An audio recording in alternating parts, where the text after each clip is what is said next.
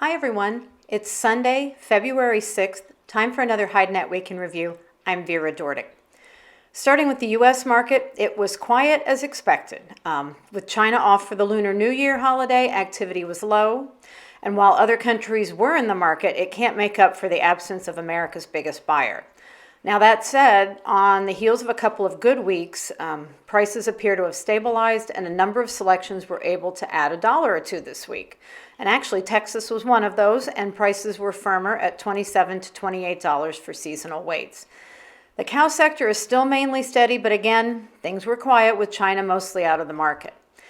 Combined export sales for the week ending January 27th were a little better than most people expected. The total raw and wet blue sales were 655,400. On the other hand, combined shipments were down by 11% at 528,100. Slaughter for the week through Saturday, February 5th was down incrementally at 639,000, and the dip in slaughter is due to the big winter storm that pretty much ran from one end of the country to the other. Turning to Europe, editor Andrea Guolo says that sellers raised asking prices, and so buyers put off purchasing again this week. Production is low for many origins, so that's the driver of the higher prices. In the UK, the market was unchanged. Although the English 36 plus ox was sold in Italy for €1.10 per kilo, it was just a few contracts, so consequently, the price of the 36 plus ox in the UK is still at £1 sterling. In Ireland, the price is stuck at 90 cents in euros per kilo, and it hasn't changed for the past few weeks.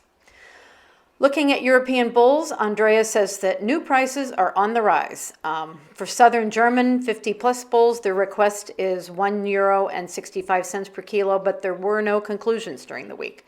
Other origins did see higher prices on sales, so that was a good thing for those sellers. European cows are having a bit of an odd market because some origins that went up last week lost ground this week, and still other origins added to their prices. So you have to look where those hides came from. With regard to the veal sector, availability is the big concern, so it's no surprise that prices are high. In his analysis, Andrea looks at what's going on with purchasing and production for the various sectors, and he delves into what's going on with the wet blue producers in Europe right now. Turning to South America, editor Ronald Guiel says that raw material prices eased 4 cents this week, and the average price dipped to $3.53 per kilo. TR1 also moved a bit lower, losing 3 cents per square foot to sell at 95 cents. Most of the remainder of Latin America saw steady material prices with the exception of Colombia. In other news from Brazil, the footwear sector generated nearly 27,000 jobs in 2021. The Sforza company is seeking a new owner for its Argentine brand Topper. And from elsewhere in Latin America, Chile's leather and leather products manufacturing was up by over 9% last year. Colombian footwear exports grew by 71% in December.